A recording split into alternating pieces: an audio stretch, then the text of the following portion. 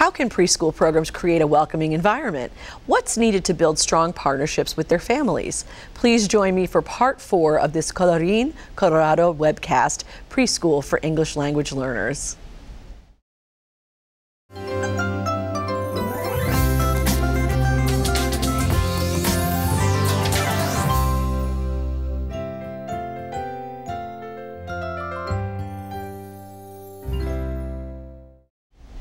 Hello, I'm Beth Ann Patrick. Welcome to this Colorín Colorado webcast, Preschool for English Language Learners. In the first 3 sections, we discussed instruction of young English language learners, or ELLs, and professional development. Now we'll look at the role families can play in their children's preschool education. Thank you, Dr. Becky Palacios. Thank you. Becky, let's start a conversation about access to early childhood education programs. We know that preschool program slots are limited nationally. In your community, what kinds of access did families of young ELLs have to preschool?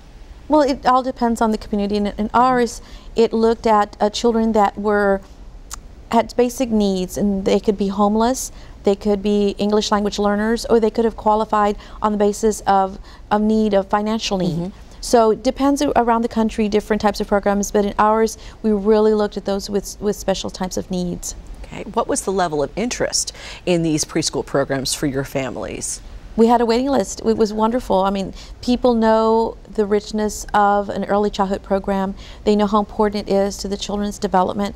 And we had, luckily, a program with 3- and 4-year-olds that helped bridge up to kindergarten. So our program was very rich in providing 2 extra years of schooling for English language learners. Those children came to us with the ability to come with needs, but we really capitalized on their strengths and not their weaknesses, and really developed a lot of language learning ability with the partnership of the families. What are some of the effective ways for preschool programs to reach immigrant and ELL families? Well, I think one of the things that's very important is the personal touch. If you don't have that personal connection and the personal welcome and warmth, it's going to be lacking. And most of us look for that wherever we go, whether we go to a store, or we go to a church, wherever we seek social situations, you want people that are going to be accepting. And that was one of the very first things that we knew in our program that we needed to have, is a person that's going to say, hey, I'm glad you're here, you know, let's see what we can do. This is how our program works. We like to see how you can help us fit some of those pieces that we need in our program. And let me tell you what is part of the program, what are the actual components of it. So we provided orientation to the families ahead of time. We brought in the children ahead of time so they could see the classrooms. And those are very important, not just in preschool programs, but throughout English language learners' teaching careers, because you're going to have different teachers throughout those years, and they need to meet who those people are, and those teachers need to be very warm and accepting. So how can the staff support newcomer parents who have recently arrived? Well, there's a lot of different ways. Meetings are one of them. You can bring parents in by themselves. You can provide, you know, sitters if that's something that your schools can sustain. We did parent meetings where we included the children, and we use them as you know, models for if you're holding a baby, you can say, this is how you rock, this is how you sing, these are some examples, and so forth. So parent meetings where you can do a survey ahead of time and ask them, what are the needs that you want? You know, and use them in their native language types of surveys. If you have somebody that can translate and say, what are some of those needs that you have?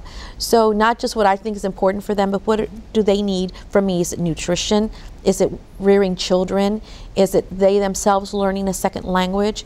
You can have a parent facilitator that helps and is part of your team.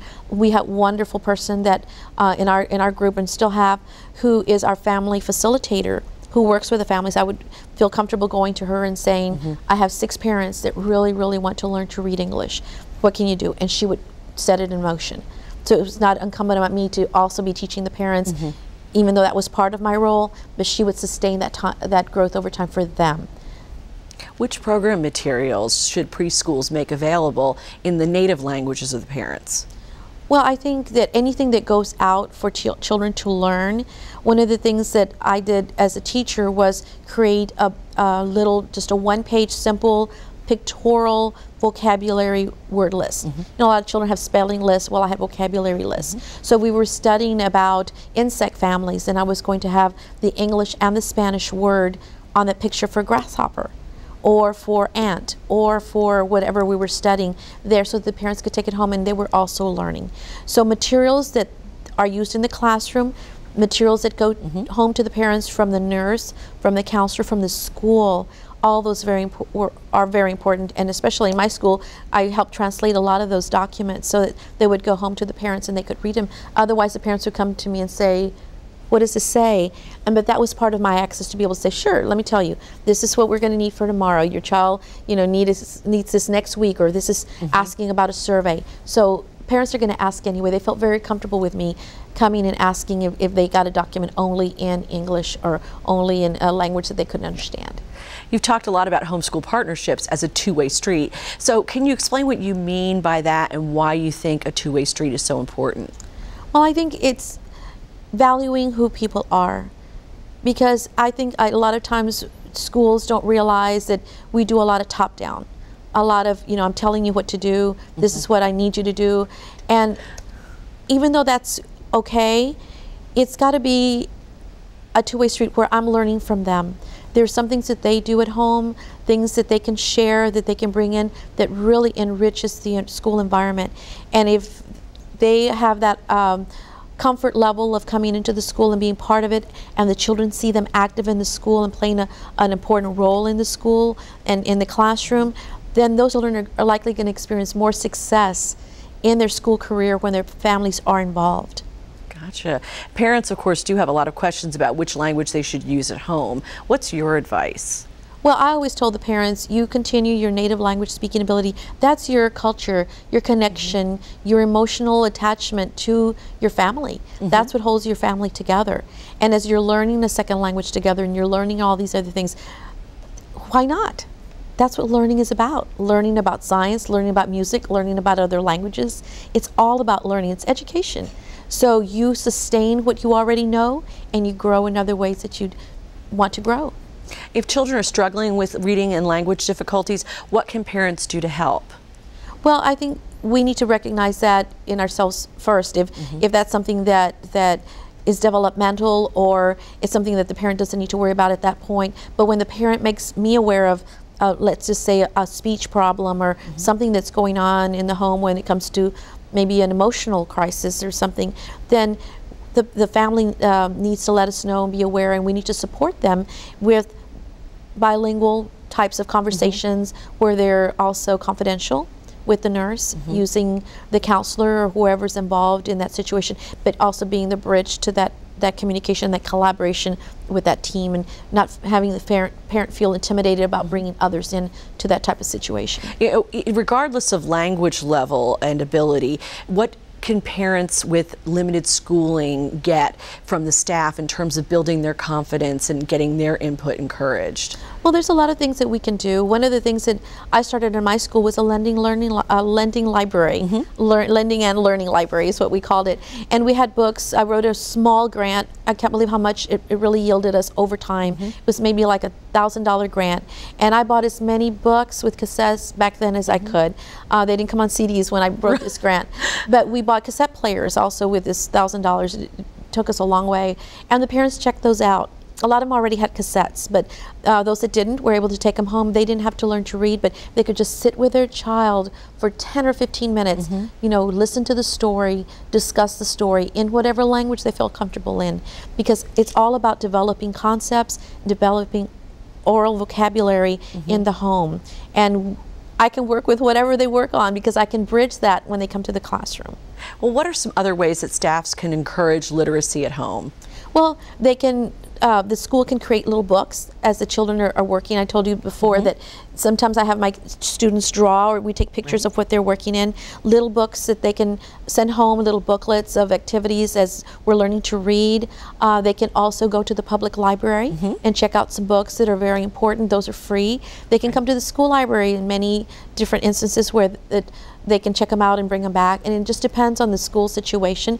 But the public library is one of the greatest resources that they can get a hold of, that they can go and just spend some time there. There's activities that the parents can do at home with those books that are checked out, and we can bridge those types of ideas on the Colorín Colorado website, there's a lot of strategies and activities. Well, and from the website as well, and also in the library, there are songs and nursery rhymes. So could you tell us a little bit about ways that families use this to bridge the gap between school and home? Sure. A lot of the times we'll have songs and traditions that are carried on from generation to generation that are very important, and that, like, for example, Grandma sang to me, and I'm singing to my grandchildren now. And when we do those types of oral language pieces, the children realize we value language, and they're able to create that language learning environment in the home. But it doesn't have to be things that they can go and check out and buy. They can go to the grocery store and walk children through the store and say, this is an apple, this is this, and guess where it was grown? Let's look at the sticker. Oh my gosh, it was grown in Guatemala. And you're talking about geography, you're talking about countries, you're opening children's eyes to the world. The grocery store is one of the best places I think we can take kids on a geographical walk. That's wonderful. Let's take a final look at the big picture. Why is it so important for a preschool program to connect with its greater community?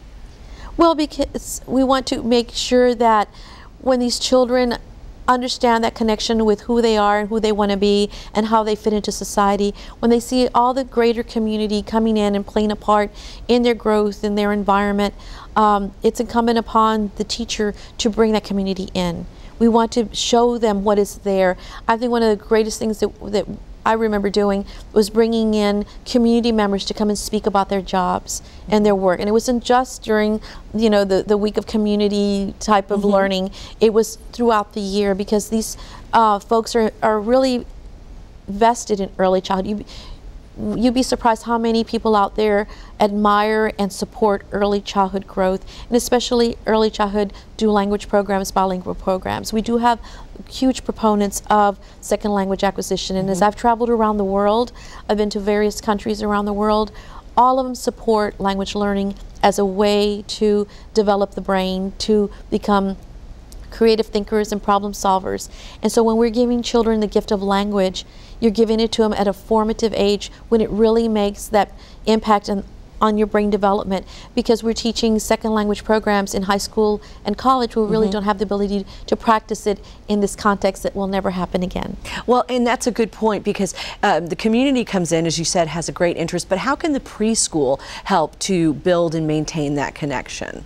Well, I think part of it is, I guess, twofold. One is bringing the world in to the children, but bringing that program out to the world and keeping it visible in a PR kind of situation, talking about its positive impacts on the children, its merits, its research, what the school is doing, using it in a website, in showcasing it in the school's website, things that can be done that will really support second language learning for children. What about nonprofit social services and their role? Well, there's quite a few that do support the school and the school district, and it just depends on how the teacher is supported in that school environment. For example, I was able to acquire those interactive whiteboards through that greater school community, writing grants to people that I knew supported early childhood learning and second language learning. So when preschool programs and teachers in those programs are aware of the resources in the community and who are the proponents of your program, they're likely going to be your best donors and funders. Well, thank you for all this wonderful information, Becky. Any final thoughts? I'm thinking that one of the best things that we've ever done when it comes to the American Federation of Teachers is to support the colorincolorado.org website, because this has been a huge asset in my community and the people that I've outreached around the world as I've traveled around the world, and I've shown them the ability to go to the website and to learn more about it. The ability to have it available for families is also huge. And so I would encourage anyone that is working with English language learners to please go to the website and to learn more about it. Excellent. Thank you so much, Dr. Rebecca Palacios. Thank you. You can learn more about English language learners and watch the other segments of this webcast at www.colorincolorado.org.